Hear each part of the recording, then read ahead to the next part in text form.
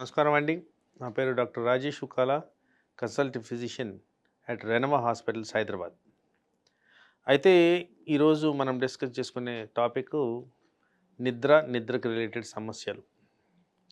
అయితే ఎందుకు నిద్ర గురించి ఈరోజు మనం డిస్కస్ చేసుకోవాలి అంటే, నిద్ర అనేది ఆల్మోస్ట్ మనం డే టు డే చూస్తున్న డిసీజెస్ అన్నిటిలో కూడా మేజర్ కాంపనెంట్.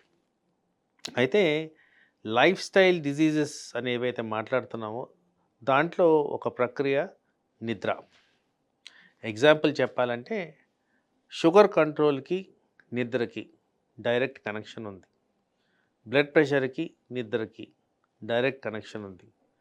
ఎక్కువ కారణం మీరు చూస్తున్నప్పుడు ఈ మధ్యకాలంలో ఏవైతే గుండెకి సంబంధించిన వ్యాధులు వస్తున్నాయో అవి కూడా మధ్యరాత్రి ఎక్కువగా కనిపించడం డిస్కషన్లో చాలా మటుకు మనం గమనిస్తూనే ఉన్నాం. అయితే నిద్ర అనేది ఎలా ఉండాలి, ఏం చేయాలంటే ద మోస్ట్ ఇంపార్టెంట్ థింగ్ ఏంటంటే లైఫ్ స్టైల్లో నిద్ర అనేది లాంగ్ టర్మ్గా మెయింటైన్ చేసుకోవడం ఇంపార్టెంట్.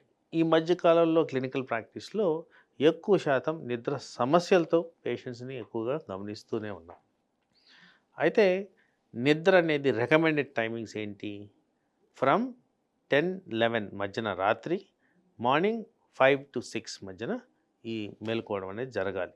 సో ఐడియల్గా అరౌండ్ 8-9 అవర్స్ మనం కానీ నిద్రపోగలిగితే లాంగ్ టర్మ్ ఎఫెక్ట్స్ బాడీ మీద చాలా పాజిటివ్గా ఉండేదానికి ఆస్కారం ఉంది.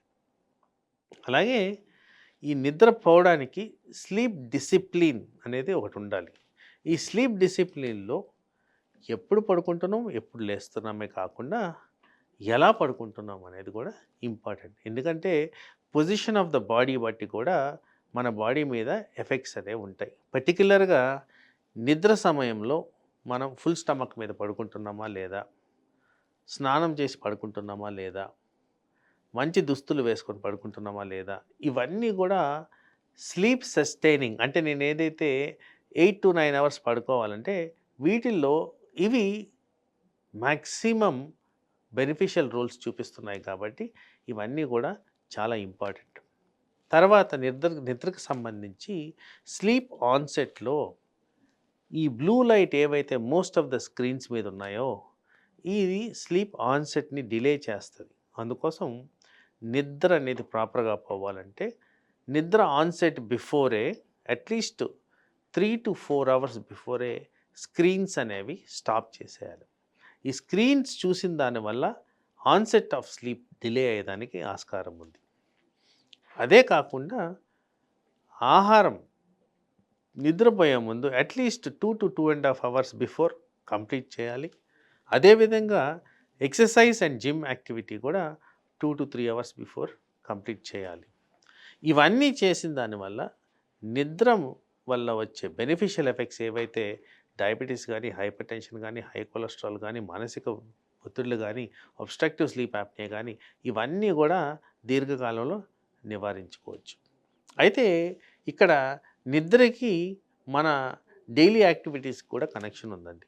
ఎవరైతే ప్రాపర్గా రెగ్యులర్గా ఎక్సర్సైజ్ చేస్తారో, ఎవరైతే ఊబకాయం రాకుండా బాడీని మెయింటైన్ చేస్తారో, ఎవరైతే ఎక్కువగా స్పైసీ ఫుడ్స్ తినకుండా ఉంటారో, ఎవరైతే స్మోకింగ్, ఆల్కహాల్ అవాయిడ్ చేస్తారో వీళ్ళందరిలో కూడా స్లీప్ రిలేటెడ్ డిజార్డర్స్ అనేవి చాలా తక్కువగా కనిపించడం గమనించారు.